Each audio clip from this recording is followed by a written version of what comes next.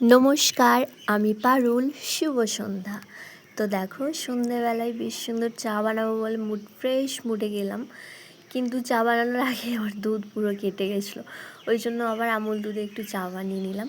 তো চা খেয়ে তারপর ভাবলাম রাতে ডিনারে কি করা যায় সে ভেবে আটা আর আলু সেদ্ধ করা ছিল, একসাথে মেখে ভাবলাম আলু পরোটা করা যায়। তো দেখতেই পেলে কারেন্টের যা ডিস্টার্ব করছে, সকাল থেকে উঠে বেশ একবার করে যাই আর আসছি, রাত্রে তো পুরো ছিলই না।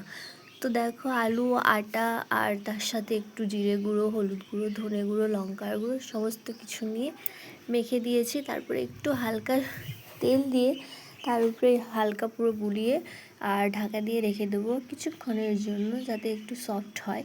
5 মিনিটের মতো রেখে দিলাম। আর আমার আলসেমির কাজ, ওই আলু মাখার থেকে যে আলুটা বাকিটা বেঁচেছিল সেটা দিয়েই ভাবলাম একটা কিছু বানিয়ে দিই। তো আলুটা ছোট্ট ছোট্ট করে কেটে ব্যাস জিরা দিয়ে হালকা ভেজে নিলাম। আর তারপরেই ছিল বাড়িতে ছাতু দিয়ে আর একটু নাড়াচাড়া করে ভালো করে ভেজে একটু কেচাপ দিয়ে দিয়েছিলাম আর কি। খেতে কিন্তু দারুণ লাগছিলো, কম সময়ে, কোনো ঝামেলা নেই, কোনো মশলা নেই, একদম পারফেক্ট তরকারি। আর আলু পরোটার সাথে তো একদম জমে ক্ষীর, এর থেকে আর কিছু চাই না। তো আমি তরকারি রেডি করে এই পাশে পরোটা যে বেলবো তার ছোট্ট ছোট্ট করে লিচি কেটে নিচ্ছিলাম। আর এই দেখো, আমি লিচি কাটা হয়ে গেছে, আর আমি একসাথে সব বেলে তারপর একটা একটা করে একটা মানে সেঁকছিলাম আর কি। আর এই দেখো, ফাইনালি আমার রাতের ডিনার একদম কমপ্লিট।